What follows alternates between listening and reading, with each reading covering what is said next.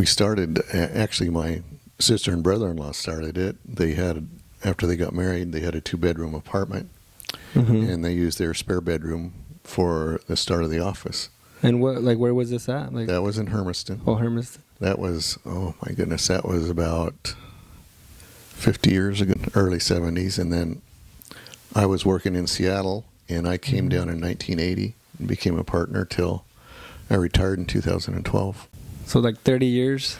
Yes, 30 years. Well, the neatest thing was working with people. All your clients, a lot of them became friends, and are still friends. Yeah. And it's just, if you enjoy working with people, it's a great profession. Nice. Yeah, you know, and like helping people too. That's a big thing, is helping people. I can tell you how many times when we used to be able to give out claim checks, I took out, and I remember convincing a guy not to give up his home insurance. Oh, yeah. And he paid me his last $20 just to keep it going. And wow. 2 weeks later, his house burned. No way. Yeah. And when I went outside, he was in tears. Wow. You know, just because I talked him into keeping his insurance. Well, accidents that's part of your job, you know. You really have to work at it. It takes a lot of time. As you know, in any business, right, you have to put a lot of time and effort into your business to make it successful. And so I hope young people understand that it takes a lot of work to become successful. And you're never really done either. No. You just keep going and going and going. You know, you hope that the young people of today understand what work ethic means.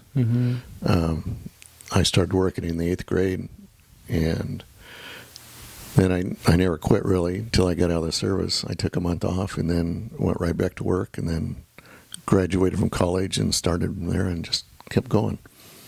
So you've always worked basically your whole life? Yes. And that was work ethic that my parents taught me, because they both worked all their lives, you know, and wasn't easy growing up. You know, had a lot of hand-me-downs and stuff, but you never knew you were poor.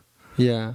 At all, you know, and you just had a lot of love in the family, you know, and stuff, and so that was fine. But yeah, I just hope the younger generation understands that to get ahead, you better be willing to work and keep at it and keep at it and keep at it. Stay positive. Absolutely. That is one of the greatest things in the world for people to do. Is if you have a positive attitude, you can go far in anything. That's awesome. Yeah. And so I guess another question, if you could go back, I don't know, let's say 20, 30 years, what would you tell your younger self? Oh my gosh. Put you on the spot, Doug. You can think about it a little bit. No, probably just at that time, I would say being more involved in the community, because I am now. And that was the plan. You know, all along, was to do that once I got done with my regular job and retired. But I think I would have become a little more involved in the community than I was. I still did some volunteer and stuff work. And that's what really concerns me, again, about younger people, is that they don't seem to be willing to get out and want to work with service groups and people like that and help. And that's really, really, really important. You see another side of yourself when you do that, I think. Yeah, because it's different from giving and receiving. Absolutely. Yeah. And people don't realize when you give of yourself how much you get back from it in your heart. Internally. Right. It is just amazing, you know, the feeling that you get when you help somebody. It's priceless. Yeah.